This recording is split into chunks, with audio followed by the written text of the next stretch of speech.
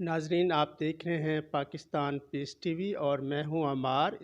ادارہ فروغ قومی زبان، قومی ورثہ و ثقافت ڈویژن کے زیر اہتمام بابائے قوم کے یوم پیدائش کی مناسبت سے قومی سیمینار قائداعظم محمد علی جناح رحمۃ اللہ یہ کارواں جاری ہے۔ آئیے یہ دیکھیں پروگرام۔ ملک 2 لخت ہو گیا تو رحیمیہ خان ریلوے اسٹیشن پہ مجھے وہ 6-7 سال کے بعد میرے دوست نظر آئے۔ حیرانیت یہ ہے کہ آج صبح ان کا پیغام تھا کہیں وہ باولہ میں الیکشن لڑ رہے ہیں، تو انہوں نے مجھے دیکھتے ہی نہ سلام نہ دعا، انہوں نے کہا وہ تمہارا 2 قومی نظریہ کیا ہوا؟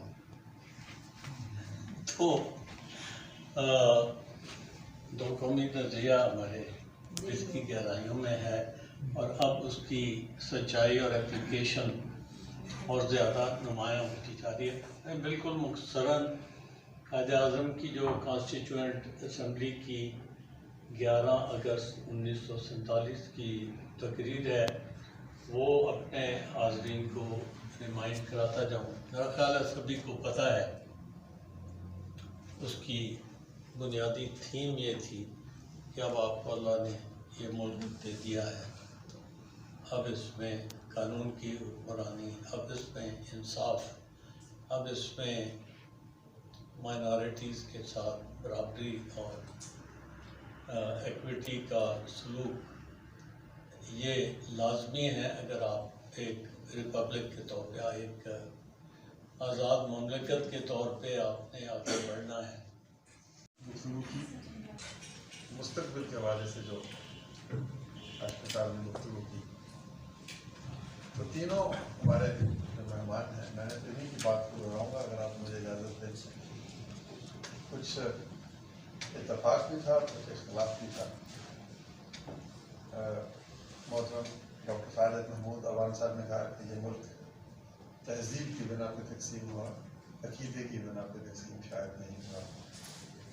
تو ہمارا تو یہ خیال ہے کہ عقیدہ بھی ہے اور سماجی، معاشی اور سیاسی اختلافات بھی تھے، جس کی طرف ہاشمی صاحب نے بھی اشارہ کیا کہ ہم تو نام بھی ایک جیسے نہیں رکھتے۔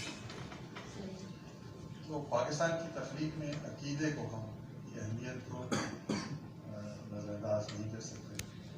وہ قومی نظریے کی بنیاد بھی یہی تھی۔ دوسری چیز انہوں نے فرمائی کہ ہم اقلیت میں نہیں تھے، اور انہوں نے مثال کے طور پر کہا کہ بنگلہ دیش میں 26 کروڑ مسلمان ہیں، 15 کروڑ مسلمان ہیں، باقی ہندو کا نتیجہ ہے۔ تو یہ 26 کروڑ کی آبادی بنگلہ دیش کی آج بھی نہیں ہے۔ تو اس وقت آپ دیکھ لیجئے کہ مسلمان مجموعی طور پر اقلیت میں تھے یا اکثریت میں تھے۔ تو ظاہر ہے اقلیت کے پاس نہ سیاسی اقتدار ہوتا ہے، نہ معاشی اقتدار ہوتا ہے، نہ دولت ہوتی ہے، نہ کوئی سماجی رتبہ ہوتا ہے۔ بھارت یہ میرا نظر ہے۔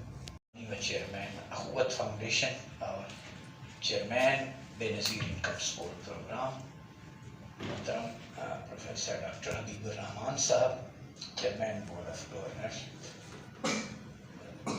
شفا انٹرنیشنل ہاسپٹل، محترم ایمبیسیڈر ہاشمی صاحب، برادر گرامی اور نہایت عزیز دوست ڈاکٹر ساجد عوان صاحب، محترم رضوانہ رضی، ڈاکٹر راشد حمید صاحب، میرے بہت ہی محترم رفقائے کار اور سامعین اور دانشور احباب، چونکہ ہم آپ سے درخواست کرتے ہیں کہ وقت کم ہے اور ڈاکٹر امجد ثاقب صاحب نے کہیں طے شدہ کسی پروگرام میں تشریف لے جانا ہے، پھر اہتمام کا دن بھی ہے، تو اس لیے وہ میں اپنے اوپر بھی لاگو کرتا ہوں۔ بہت ہی مختصراً میں آپ سب دوستوں کا نہایت شکر گزار ہونے کے ساتھ ساتھ یہ عرض کرتا ہوں کہ میں 32، 33، 34 سال ٹیچر اور اسٹوڈنٹ کے طور پر گزارے، تو میں اپنے اسٹوڈنٹس کو، دوستوں کو کہتا تھا کہ کامیابی کے 90% فیکٹرز